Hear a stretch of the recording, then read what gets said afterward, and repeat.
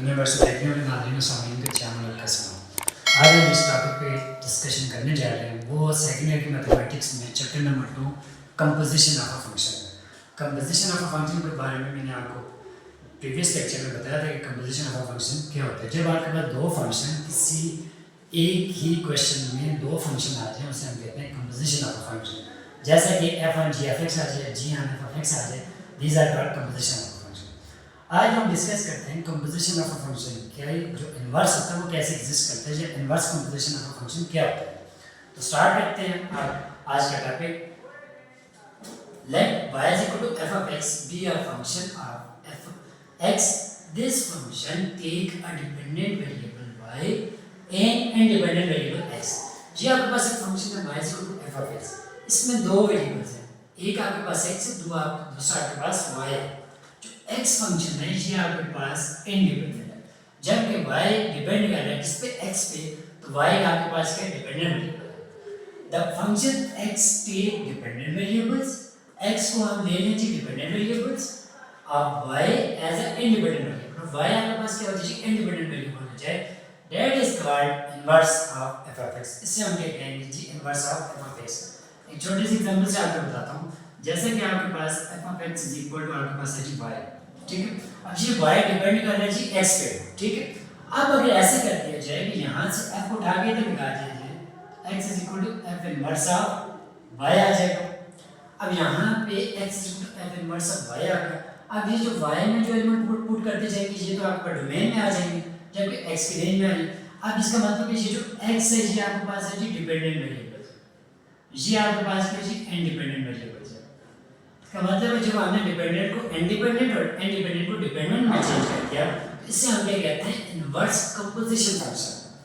Question exercise 2.1 में question number 4 है, कहते हैं क्वेश्चन स्टार्ट करते हैं। कहते हैं find the inverse function of composite function f on g of x and g on f of x for the following function. f of x is equal to x plus 5 and g of x is equal to x plus 4 है। तो start करते हैं। सबसे पहले हमने इन दो function हमें दिए हुए हैं, हमने फाइंड करना है जी f of g of x, ठीक है, f inverse of g of x। दूसरा हमने फाइंड करना है जी g on f of x, ये g inverse of f of x। ये दो हमने कंपोजिट फंक्शन के इनवर्सेस फाइंड करने हैं। स्टार्ट करते हैं क्वेश्चन नंबर 1 को। f of x आपके पास है जी x plus 5, जबकि g of x आपके पास है जी x minus 4 है।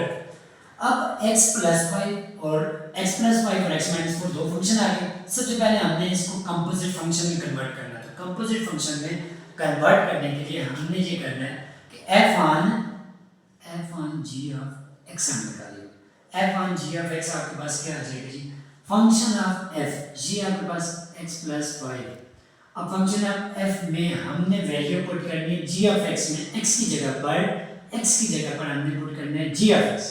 तो क्या हो जाएगा जी x minus 4 plus 5, ये आपके पास हो जाएगा जी x minus 4 plus 5 that is equal to x plus 1 आ गया। ये फंक्शन आ गया जी f on g of x। अब हमने इस कंपोजिट फंक्शन का इनवर्स फंक्शन करना है। अब देखिए यहाँ पे आपके पास दो फंक्शन आ रहे हैं f on g of x, तो यहाँ पे दो फंक्शन का जैसे कि हमारे पास यहाँ पे मैंने निकाला f of x is equal to y, तो यहाँ पे मैंने जब यहाँ से f को ख़त्म किया तो y के साथ लगाया, तो यहाँ पे x आपके पास वेरिएबल रहेगा। अब यहाँ पे आपके पास कंडीशन कुछ डिफरेंट है, यहाँ पे दो फंक्शन आ रहे हैं। फंक्शन अब यहाँ पे अगर मैं f को लगा देता हूँ यहाँ पे, तो यहाँ पे g of x आ जाएगा, तो g of x एक फंक्शन आ रहा है। ऐसे करना है कि यहाँ पे दो फंक्शन से हम थोड़ा सा कॉम्प्लिकेटेड या मज़ीद सिंप्लीफाई करने के लिए लेट कर लेते हैं कि let h of x is equal to f on g of x, मतलब f on g of x की जगह पे हम h of x लिख देते हैं। आपके पास क्या आ जाएगा h of x is equal to, यहाँ पे क्या है जी x plus 1 है जी, x plus 1। अब जी आपके पास फंक्शन आ गया। अब हमने इसका इन्वर्स फाइंड करना है। इन्वर्स फाइंड करने के लिए हम क्या करेंगे जी फंक्शन के पहले इन्वर्स निकाल लेंगे, तो वो इन्वर्स आ जाएगा h inverse of x plus 1 आ जाएगा, ठीक है। अब इस फंक्शन को हम क्या कहते हैं इक्वेशन नंबर 1 कहते हैं। इसी फंक्शन का हमें इन्वर्स निकालना है, वो जो इन्वर्स आएगा वही कंपोजिट फंक्शन का इन्वर्स कंपोजिट फंक्शन होगा। तो स्टार्ट करते हैं जी। लेट z हम इक्वल ले लेते हैं, z is equal to x plus 1 की इक्वल ले लेते हैं। ये जो x प्लस 1 है इसे हमने z के इक्वल ले लिया। यहाँ से x की वैल्यू फाइंड करें तो ये क्या हो जाएगी, z minus 1 is equal x हो जाएगा। यहाँ पे 1 प्लस हो रहा था, इधर लिया तो z minus 1 is equal to x हो गया। तो यहाँ पे आपके पास z की वैल्यू आ गई। तो using in equation number 1, equation 1 में भी ये वैल्यू यूज़ करें तो x की जगह पे हमने पुट क्या करना है, z minus 1 is equal to h inverse of z की जगह पे, अब x प्लस 1 की जगह पे मैंने क्या लिखा है जी, z। अब ये देखें आपके पास पूरी इक्वेशन z में आ गई है। लास्ट स्टेप है, हमने क्या करना है, replace z by x। z को x से रिप्लेस करें तो क्या बन जाता है, x minus 1 is equal to h inverse of x आ जाएगा।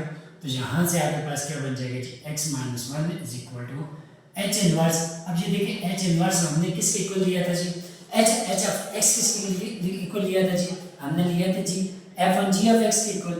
तो यहाँ पे f on g of x आ जाएगा और साथ इनवर्स आ जाएगा। तो ये क्या आ गया जी, फंक्शन कंपोजिट फंक्शन का इनवर्स फंक्शन आ गया। अब सेकंड चीज़ हमने फाइंड करनी है जी, ये तो आपके पास है कि f inverse of g of x आ गया। अब हमने सेकंड फाइंड करना है g inverse of f of x। तो अब सबसे पहले हमने क्या लिखा, g on f of x मतलब फंक्शन ऑफ g में, ये फंक्शन ऑफ g में f ऑफ x की वैल्यू पुट करनी है। तो क्या हो जाएगा, फंक्शन ऑफ g आपके पास की x माइनस 4 आ गया। यहाँ पे अब x की जगह पे आपने क्या पुट करना है, f of x। f of x आपके पास फंक्शन है x प्लस 5। तो यहाँ पे x की जगह पे क्या आ जाएगा, x प्लस 5 माइनस 4 आ जाएगा। तो यहाँ पे ये क्या बन जाएगा, x plus 5 minus 4 is equal to x plus 1। तो ये आ गया g on f of x। तो व्यूअर्स अगर देखा जाए तो ये क्वेश्चन जो है g on f of x is equal to x plus 1 और same f on g of x is equal to x plus 1, same वही प्रोसीजर होगा। ये सेम वही प्रोसीजर जो हमने g on f of x से g इनवर्स ऑफ और f inverse of g of x निकालने के लिए हमने प्रोसीजर इस्तेमाल किया है, वही यहाँ पे यूज होगा। तो इससे बेहतर है ये क्वेश्चन सॉल्व करने से हम नेक्स्ट क्वेश्चन करते हैं एक्सरसाइज का। नेक्स्ट क्वेश्चन है हमारे पास f of x is equal to, second part है यहाँ पे। सेकंड पार्ट हमें कहते हैं जी f of x is equal to 2x plus 7 and g of x is equal to 2x। अब ये हमारे पास एक फंक्शन है। अब ये दो फंक्शन है, सेकंड पार्ट है। सेकंड पार्ट में हमने सबसे पहले हमने निकालना जी f on g of x। ठीक है, सॉल्यूशन में आ जाए। सबसे पहले हमने निकालना है f on g of x। f on g of x का मतलब है कि फंक्शन हम f में g की वैल्यू पुट करें x की जगह पर। तो 2 इंटू जी ऑफ एक्स आपके पास क्या, 2x प्लस 7। तो यहाँ पे 2 2 4 x प्लस 7 आ। ये फंक्शन आ गया जी f on g of x आ गया। अब इस फंक्शन का हमने इन्वर्स निकालना है। इस फंक्शन का इन्वर्स निकालने के लिए हमने क्या करना है कि जी यहाँ पे लेट ले लेना है। अब हमने लेट करना है कि let h of x is equal to आपके पास हो जाएगा जी 4x प्लस 7 है जी। ठीक है, अब ये x के इक्वल हो गया। अब हमने इस फंक्शन का इन्वर्स करना है तो x is equal to h inverse of 4x plus 7 आ जाएगा। अब यहाँ से इस इक्वेशन नंबर 1 कह देंगे, लेट कर देंगे, let z is equal to, इससे हमने लेट z के इक्वल करना 4x प्लस 7 ले लेना। अब यहाँ से x की वैल्यू निकालना तो क्या बनती है जी, z minus 7 is equal to 4x। तो ये 4x के साथ डिवाइडेड हो जाके डिवाइड हो जाएगा, z minus 7 divided by 4 is equal to x आ जाएगा। ये उठा के वैल्यू पुट करें तो यहाँ पे आपके पास क्या हो जाएगा जी, x की जगह पे z minus 7 divided by 4 is equal to h inverse of z आ जाएगा। x की जगह पे z को रिप्लेस कर दें, रिप्लेस बाय x के साथ, तो ये आ जाएगा x minus 7 divided by 4 is equal to h inverse of x आ जाएगा। तो ये आपके पास क्या हो जाएगा जी, आंसर हो जाएगा। और यहाँ से आगे आप h इनवर्स ऑफ x की जगह पे आते हैं। F inverse on g of x put करें तो आपके पास इसका आंसर हो जाएगा। तो ये आज का हमारा था टॉपिक। किसी भी क्वेश्चन की अगर समझ नहीं आई तो आप मुझे कमेंट्स में बता सकते हैं। किसी भी पॉइंट पे या मैथमेटिक्स की किसी भी टॉपिक में किसी किस्म का कोई इशू है तो आप हमसे डिस्कस कर सकते हैं। ओके, बहुत शुक्रिया। अस्सलाम वालेकुम।